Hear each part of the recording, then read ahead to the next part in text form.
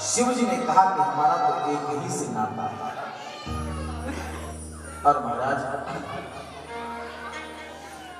तब शिव जी के सेवकों ने कहा कि ये तो महाराज बहुत अच्छा है कि आपका नाता श्री हरि से है, लक्ष्मीपति भगवान विष्णु से, तो उनसे ही कुछ मांग लीजिए।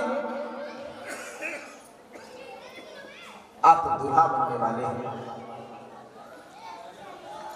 विवाह करने जा रहे हैं, तो लक्ष्मीपति भगवान विष्णु जिसके मित्र हो उसको किस बात की कमी, तो आप उन्हीं से कुछ मांग लीजिए। और मित्र से मांगने में संकोच कैसा? देत लेत मन संक न धरे, मित्र से लेते देते समय संकोच नहीं करना चाहिए, इसलिए आप मांग लीजिए उनसे। भगवान शिव ने कहा कि जो मांग करके दूल्हा बनते हैं वो 2 दिन बाद बराबर हो जाते हैं, इसलिए हम मांग करके दूल्हा नहीं बनेंगे। तो क्या मांगे? अरे लक्ष्मीपति भगवान विष्णु से एक रत्न जटित स्वर्ण मुकुट मांग लीजिए। क्यों?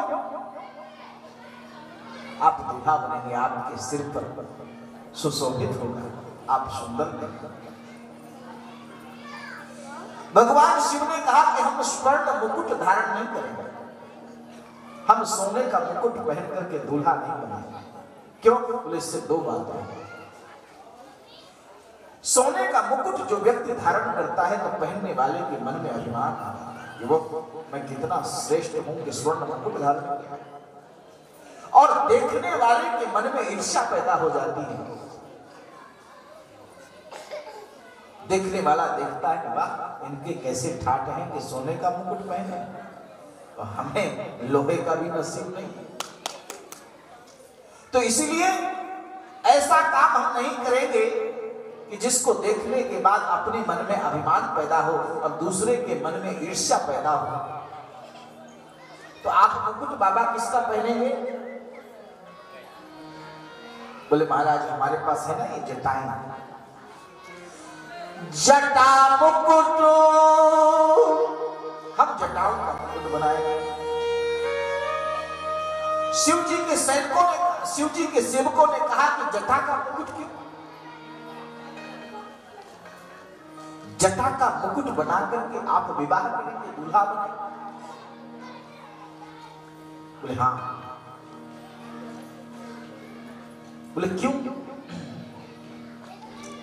बोले महाराज जटाओं का मुकुट बनाने के बाद किसी के मन में ईर्ष्या नहीं होगी, और अगर किसी के मन में ईर्ष्या होती तो वो भी अपनी जटाएं बढ़ा ले, ये मौका तो भगवान ने सबको दिया। और दूसरे अर्थ में कहा जटाओं का मुकुट इसलिए भगवान शंकर बोले कि हमारे लिए तो जटा मुकुट अच्छा है, इसे देख करके किसी के मन में ईर्ष्या नहीं होगी, हमारे मन में अभिमान नहीं होगा। और कितना अच्छा श्रृंगार है संतों। बोले महाराज विपुल मात्रा में केशों का जन्म जब सिर पर होता है तो जटाएं बन जाती हैं, तो केश का यानी बालों का जन्म भी सिर से और विचारों का जन्म भी सिर से। तो जटा बनाने का संकेत क्या है?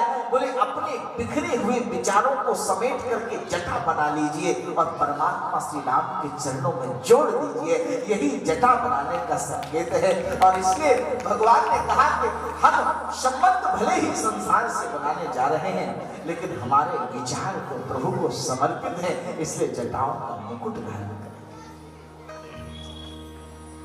अच्छा, लेकिन बाबा जब किसी दूल्हे का विवाह होता है ना, कोई दूल्हा बनता है तो उसके सिर पर मौर भी लगता है।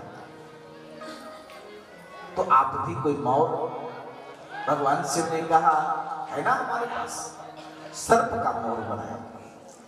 जटा मुकुट आही मौर विराजा, सर्प का मौर। और महाराज के सर्प का मौर क्यों? बोले महाराज सर्प का मौर इसलिए क्योंकि सर्प को काल कहते हैं और काल का अर्थ होता है समय और काल का अर्थ होता है मौत मृत्यु। अंग्रेजी में काल को टेंस कहते हैं। काल का मतलब समय, यानी आप दूल्हा बन रहे हैं और मैं सर्पों का मौर लगा करके मानो दुनिया वालों को यह संदेश देना चाहता हूं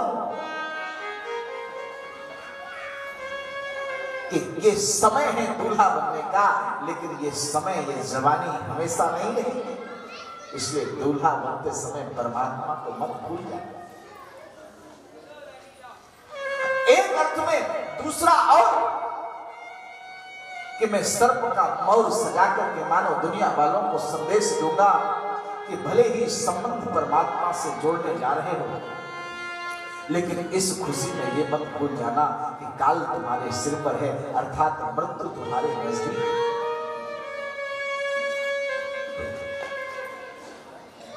दो बातों को भूल मत यदि चाहत कल्याण, नारायण एक मौत को दूजे स्त्री भगवान।